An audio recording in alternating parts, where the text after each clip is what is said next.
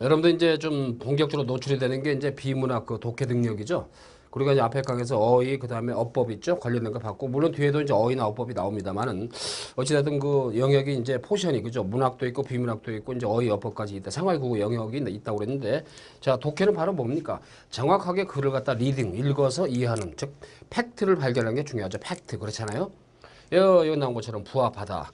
글쎄 부합이라는 거 한자로 쓰면 어떻게 될까요? 부합 그죠? 자, 맞아떨어지다. 맞죠? 합쳐지다. 이게 부합하다. 일치하는 겁니다. 맞죠? 이게 의미 관계가 적합성, 인정함 역을 따져주는 거니까 이것은 말이죠. 그야말로 텍스트를 읽고서 어때요? 핵심 내용 파악하는 능력이죠. 다른 건 없습니다. 오늘날 지구상에 193종의 원숭이와 유인원이 살고 있다. 인간의 유형, 그죠? 유인원, 오랑우탄 같은 거 다 포함이 되죠. 유인원이라고 그래요. 무리류자입니다. 그 가운데 192종은 온몸이 털로 덮여있고 단 한 가지 별종이 있으니 이른바 호모사피엔스라고 자처하는 털없는 원숭이가 바로 그것이다 그랬습니다. 지구상에서 대성공을 거둔 이 별종은 자연과학 테마죠. 보다 고상한 욕구를 충족하느라 많은 시간을 보내고 있으나 엄연히 존재하는 기본적인 욕구를 애써 무시하려고 하는 이런 데에 똑같이 많은 시간을 소비하죠. 자, 핵심적인 소재가 털없는 원숭이야. 그렇죠? 자, 고상한 욕구를 충족하느라 많은 시간을 보내. 그죠? 그렇지만은 엄연히 존재하는 기본적 욕구를 애써 무시하려고 하는데 똑같이 많은 시간을 소비한다 그랬습니다. 그죠? 뭔가 인간이 하는 행태를 한단 말이야. 일단 뭐 생물학적인 그런 의미로서 자, 털없는 원숭이 얘기 나왔습니다.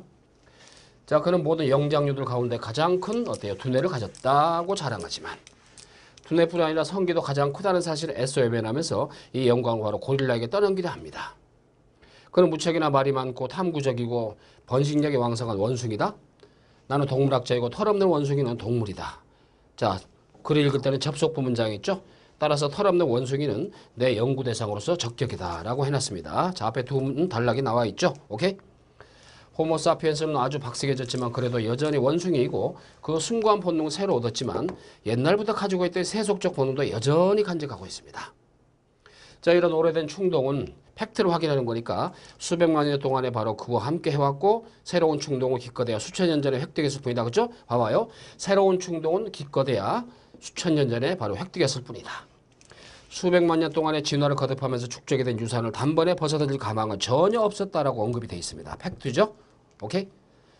이 사실을 회피하지 말고 직면한다면 호모사피엔스는 훨씬 느긋해지고 좀 더 많은 것을 성취할 수 있을 것이다. 이것이 바로 동물학자가 이바지할 수 있는 영역이다 그랬습니다. 호모사피엔스 하면 주로 인간의 고등사고 능력을 나타내는 학명이죠. 참고로. 자, 이런 내용을 가지고 있죠. 뭐 이런 것들을 여러분들이 좀 어떻게 보면 참 설명한다는 게 참 뭐랄까 좀 어줍지 않은 그런 패턴이 되겠습니다. 여러분들 이 정도는 어때요? 공무원 준비 수험생이라면 팩트를 능히 확인할 수 있을 정도의 역량이 있기 때문에 얼마나 정확히 보느냐 하는 겁니다. 자, 선택지 봅시다 한번. 자, 인간에 대해서도 동물학적 관점에서 탐구할 필요가 있다. 호모사피엔스는 인간이야. 어때요? 어때요? 여기 동물이야. 동물을. 그죠? 동물학자가 이바지할 수 있는 영역인데 여기 유추해서 있죠? 약간 추론적 사고로서 어때요?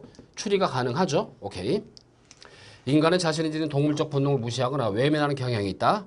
자꾸 감추려 하고 있죠? 여기서 털없는 원숭이는 어떻게 뭡니까? 인간이 호모사피엔스죠? 인간의 박식과 숭고한 본능을 수백만 년에 획득했다? 인간이 오랜 옛날부터 갖고 있던 동물적 본능은 오늘날로 남아있다 그랬는데 자, 이게 봐봐요. 수백만 년 전 숭고한 본능, 박식과 숭고한 본능 어때 확인하는 거죠. 자, 이러한 말이죠. 충동은 수백만 년 동안 그와 함께 해왔고 새로운 충동은 기껏해야 수천 년 전 맞죠. 자, 수백만 년 동안 진화를 거듭하면 축적된 유산을 단번에 벗어던질 가망은 전혀 없었던 거죠. 뭔가 있죠. 여기서 조금 선택지가 말장난했군요. 여러분들 이런 스타일의 문제는 선택지를 만든 출제자가 만든 선택지에 말장난에 속아내면 안 돼요. 그죠? 순전히 말장난이란 말이야. 자, 그런 점에서 있죠. 답의 중간을 보시면 어때요? 어때요? 지금 체크했죠? 자, 중간에 호모사피엔스는 아주 박식해졌지만 그래도 여전히 원숭이라 그랬죠? 숭고한 본능을 새로 얻었지만은 옛날부터 가지고 있던 세속적 본능도 여전히 간직하고 있다고 했죠? 자, 그런 점에서 있죠. 일단은 뭐 수백만 년 전에 획득했다 했는데 일단은 여기서 언급한 거 있죠? 확인해 봅시다. 확인이니까. 한마디로 여기에 보면 어때요? 세속적 본능도 여전히 간직하고 이런 충동을 수백만 년 동안 그와 함께 해왔죠. 세속적인 건 이렇지만 역시 새로운 충동은 바로 어때요? 지적인 능력이야. 그렇죠? 이런 것들은 바로 수천 년 전이다 그랬습니다. 그죠? 여기 나온 것처럼 3번 선택지처럼 말이죠. 박식과 숭고한 본능 있죠. 이런 것들은 수백만 년 전이 아니고 기껏해야 수천만 년 전이라 언급했기 때문에 사실적 사고 문제지만 조금은 추리 상상력이 요구되는 그런 패턴으로서 재심을 얼마나 잘 읽었고 리딩했고 이해했고 요걸 근간으로 추리했는가 하는 능력을 묻는 겁니다. 3번이 잘못된 답이 되겠습니다. 자, 8번이죠. 2013 기출문제 어찌됐든 다양한 영역의 어떤 유형이 나오고 있습니다. 자, 이것도 내용을 읽고서 마찬가지로 추리 상상하는 거죠. 팩트를 확인하는 겁니다. 팩트. 인천국제공항 광장에 걸려 한민족의 뿌리를 찾자 대한고등학교 연수단이라서 현수막을 보자 내 가슴 마구 뛰었습니다. 난생 처음 떠나는 해외여행 8월 15일 오후 3시 15분은 비행기에 오르는 날은 한여름의 무더위도 있고 있었습니다. 비행기에 이륙하자 거대한 공항 청사는 어때요? 곧 상냥갑처럼 작아졌고 푸른 바다와 들판은 빙빙 돌아가는 듯 했습니다. 비행기에서 내려다본 구름은 정말 아름다웠습니다. 느낌이 있죠? 뭉게뭉게 떠다니는 하얀 구름밭은 꼭 동화 속에서나 나옵니까 신비의 나라 바로 그것이었습니다. 나는 지금 어디로 가고 있을까? 꿈속으로 헤매는 영원한 방랑자가 된 걸까? 그랬습니다. 자, 여행의 동기와 목적, 모티브, 그죠? 여기 보니까 한민족의 뿌리를 찾자, 동기, 목적, 오케이? 이런 겁니다. 확인되죠? 출발할 때 감흥, 느낌이 있죠? 너무너무 아름다운 조국이란 말이야. 그죠? 출발할 때 날씨와 시간, 어때요? 여기 나와 있죠? 날씨, 시간 나와 있고, 한여름의 무더위, 날씨, 그렇죠? 이런 게 나와 있죠? 자, 그런 점에서 말이죠. 여행의 노정이라고 어떤 과정이죠. 과정과 스케줄은 안 나와 있죠? 그래서 뭐 이런 거 틀린다면 공무원 될 자격이 아예 없는 사람이죠. 문맹인도 아니고. 그런 점에서 이 문제도 있죠. 단순한 겁니다. 많은 양의 학습보다는 어때요? 그때 랜덤으로, 그죠? 정확하게 읽고서 이해를 하는 이해도를 측정하는 문제가 되겠습니다. 오케이? 단순 사실적인 사고 문제죠. 자, 그래서 어때요? 노정과 일정은 드러나 있지 않다. 이거 설명이 필요 없는 겁니다. 그렇잖아요? 분석이 요구될 필요가 없죠. 자, 그 다음에 이제 중심 내용 파악하는 거. 그래서 여러분들 이제 일반적으로 어떤 글에서든 중심 내용은 글에 아무래도 후반부 있죠. 자, 내용이 전개되면서 중심 내용은 배로 핵심이 되는 포커스가 되는 거니까. 자, 봅시다 한번. 행랑차가 퇴역하여 지탱할 수 없게끔 된 것이 바로 3칸이었습니다. 나는 마지못해서 이를 모두 수리했습니다. 접속부를 파악하는 게 굉장히 중요합니다. 글을 읽을 때 있죠. 리딩할 때. 그런데 그중에 2칸은 앞서 장마의 비가 센 지가 오래되었지만 나는 그것을 알면서도 이럴까 저럴까 망설이다가 손을 대지 못했던 것이고 나머지 1칸은 비를 한 번 맞고 샜던 것이라 서둘러 기와를 갈았던 것입니다. 이번에 수리하려고 본죽 비가 센 지 오래된 것은 그 썩갈의 추녀 기둥 들보가 모두 썩어서 그러니까 어때요? 오래된 것은 모두 썩어버려서 못 쓰게 되었단 말이야. 수리비가 엄청 들었어. 그렇죠? 한 번밖에 비를 맞지 않았던 한 간의 제목들은 완전하게 다 쓸 수 있었던 까닭으로 그 비용이 많이 들지 않았죠. 그러니까 한 번밖에 비를 맞지 않았던 한 칸의 제목들은 온전해. 자, 그런데 비가 센 지 오래된 것들은 말이야 어때요? 들보가 모두 썩어서 어때요? 재활용이 안 된다 그 얘기죠. 비용이 많이 들었다는 얘기야. 그러니까 무슨 얘기야? 나는 이게 느낀 바가 있죠. 본격적으로 이제 일반화가 되죠. 자, 유추입니다. 사람의 몫에 있어서 마찬가지라는 사실을 잘못 알고서도, 그죠? 사실을 잘못 알고서도 바로 고치지 않으면 이게 핵심이 되겠군요. 그죠? 바로 고치지 않으면 곧 자신이 나쁘게 되는 것이 마치 나무가 썩어서 못 쓰게 되는 것과 같고 잘못을 알고 고치기를 꺼리지 않으면은 어떤 해를 받지 않고 다시 착한 사람이 될 수 있으니 저 집의 제목처럼 말끔하게 다시 쓸 수 있는 것이다 그랬습니다. 어때요? 자, 나라의 정치도 이와 같다 유추가 되죠? 백성을 좀먹는 무리들을 내버려 두었다가는 백성들이 도탄에 빠져 나라가 위태롭게 돼. 그죠? 그런 연후에 급히 바로 잡으려면 어때? 이미 썩어버린 제목처럼 때는 져서 어때요? 삼가다 즉 조심하지 않겠는가 그랬습니다. 뭔가 경계하는 성격이죠. 고려 때 문신이었던 이규보가 쓴 이욕설 즉 지붕을 다스리는 이야기 그랬습니다. 자, 뭡니까? 뭔가 좀 문제가 되기 전에 미리미리 문제가 되면 미리미리 근본을 정리해야 돼. 근본은 문제를 해결해야 돼. 그죠?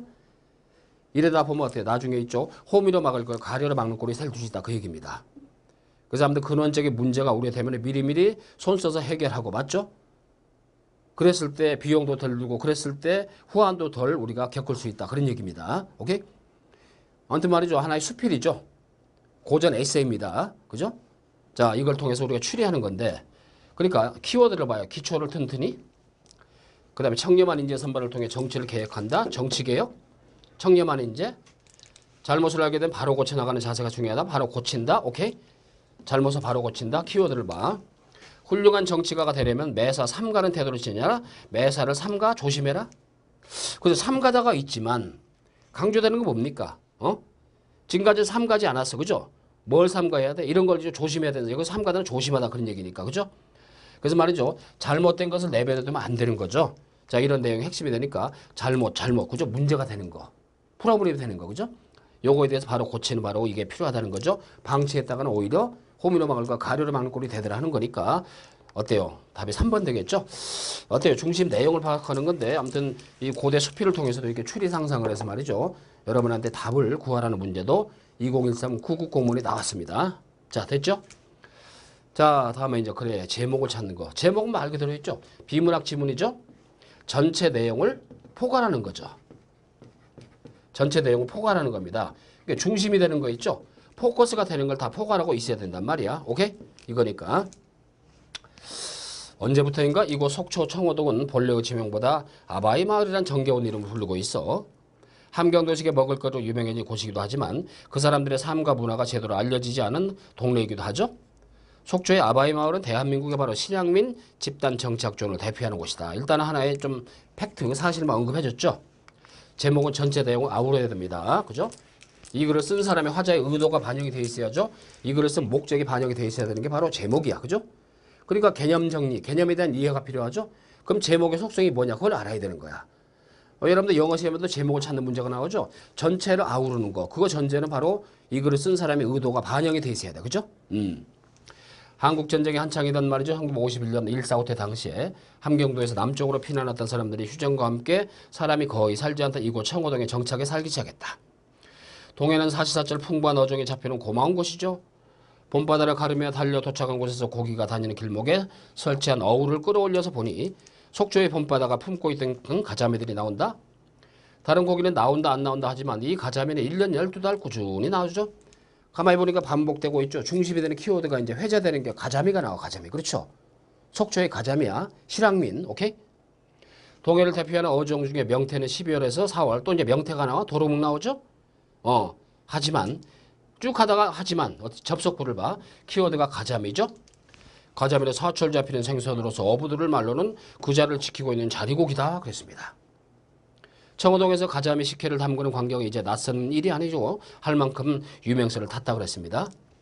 함경도 대표 음식인 가자미 식혜가 속초에서 유명하다는 것은 입맛이 정확하게 고향을 기억한다는 거죠. 그러니까 가자미, 함경도, 고향 맞죠? 뭔가 포인트를 두는 그죠? 키워드를 도출하는 거야. 속초에 새롭게 터전을 잡은 함경 사람들은 고향 음식이 그리웠죠. 가자미 식혜를 만들어 상에 올렸고 이 밥상을 마주한 속초 사람들은 배타심이 아니고 호감으로서 다가섰고 또 판매를 권유하게 되면서 속초의 명물로 재탄생하게 된 것이다 그랬습니다. 자, 어때요? 보니까 가자미, 함경도, 일종의 말이죠. 어때요? 한마디로 실향민들, 고향에 대한 기억, 향수 그렇죠? 그러면서 속초를 대표하는 음식이 되었다까지 왔죠. 자, 이런 내용을 다 아우를 수 있는 거를 찾아라 그랬죠? 자, 속초 자릿고기 유래. 속초의 아바이 마을과 가자미 식혜, 아바이 마을의 밥상, 청호동 주민과 함경도 실향민의 화합 어때요? 자리고기의 유래, 오케이? 그 다음에 속초의 아바이 마을과 가자미 식혜, 아바이 마을의 밥상, 그 다음에 있죠? 실향민의 화합 그랬습니다. 이게 전체를 아우를 수 있는 게 과연 뭐냐 이거죠? 자, 어때요? 여기 보니까 어찌됐든 자 중요한 건 나도 속초의 그 아바이 마을의 형성 배경 그렇죠? 가자미 식혜. 그럼 가자미라는 이 식혜에서 가자미는 소재야, 재료 맞죠? 자, 왜 답이 2번이 되는 거 확인합시다. 반복되는 주어와 중심 소재. 제목을 찾을 때, 그죠? 또 글 전체를 포괄하는 어구. 첫 문단은 속초 아바이 마을이죠. 두 번째 문제는 가자미 식혜에 대한 진술하고 있죠. 근데 강조되는 포인트가 두 개야, 그죠? 속초의 아바이 마을이 형성이 되었다는 거. 그거 어때요? 그것을 형성되는데 이 기저가 되는 근간이 되는 게 바로 가자미 식혜라고 나왔죠.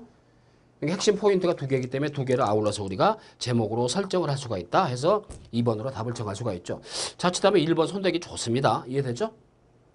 자, 1번은 어때? 하나의 뭐랄까 하나의 언저리야 언저리 부연 그죠? 핵심이 되는 이 글의 프레임은 바로 2번이 되겠다는 거니까 요 점에 주의합시다. 다시 한번 제목의 문제는 어떤다? 중심이 되는 거, 가장 빈도수가 높고 강조되는 거, 요걸 포괄적으로 언급하는 거, 이게 제목이라는 거 염두에 둡시다. 그래서 제목의 문제도 7급도 나오고 있죠. 이것도 자주 나오는데 제목의 빈도수는 어차피 비문학에서 어때요? 필수 유형으로서 꼭 중요도가 있다는 거 상기합시다 한번. 자, 다음에 이제 어때요? 이제 하나의 좀 표현법이죠. 정서법, 그죠? 정서법에 해당이 되는 겁니다. 자, 그는 굉장한 사업수단으로 재산을 빠른 속도로 어때요? 자, 늘렸다, 느렸다. 늘렸다를 느렸다를 고쳤대요. 그렇죠? 자, 여러분 알다시피 말이죠. 이것도 있죠. 정서법이죠. 정서법. 자, 늘리다는 물체의 길이나 넓이, 부피 따위가 본래보다 커지게 하는 거죠. 오케이? 늘다의 사동사입니다. 사동사. 근데 늘리다 할 때 이는 말이죠. 본디보다 길게 하는 거죠. 그러니까 이제 늘리다는 양이 되는 것이고, 여러분들 이건 기본적인 게 다 아시죠. 자, 늘리다는 바로 어때요? 길이가 되겠죠. 오케이? 한마디로 주동사입니다. 뭐뭇을 느리다. 주체가 직접적으로 움직이는 거죠. 사동사는 뭐야? 일종의 바로 어때요?